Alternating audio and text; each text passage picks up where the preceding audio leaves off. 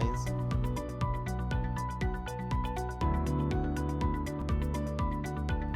Planning commission of Pakistan की जानिब से जारी करदा रिपोर्ट के मुताबिक जून और अगस्त 2022 के दरमियान पाकिस्तान में आने वाले तंबाकू सैलाब में ज़राअत, खुराक, लाइव स्टॉक और माहीगीरी के शोबों को मजमूई तौर पर 800 अरब रुपए का नुकसान पहुंचा है, जिससे 33 मिलियन अफराद मुतासर हुए और कम अज़ कम 8 मिलियन बेघर हुए।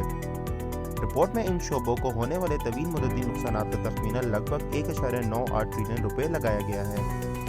Faisalabad woman chamber and commerce industry की सदर मिस रुबीना अमजद ने अपना बयान जारी करते हुए कहा कि ग़िज़ाई तहफ़्फ़ुज़ के बढ़ते हुए चैलेंज पर काबू पाने के लिए ज़रूरी है कि हम अपनी ज़राअत में जदीद पैदावारी टेक्नोलॉजीज़ का इस्तेमाल करें ताकि पैदावार में इजाफा हो।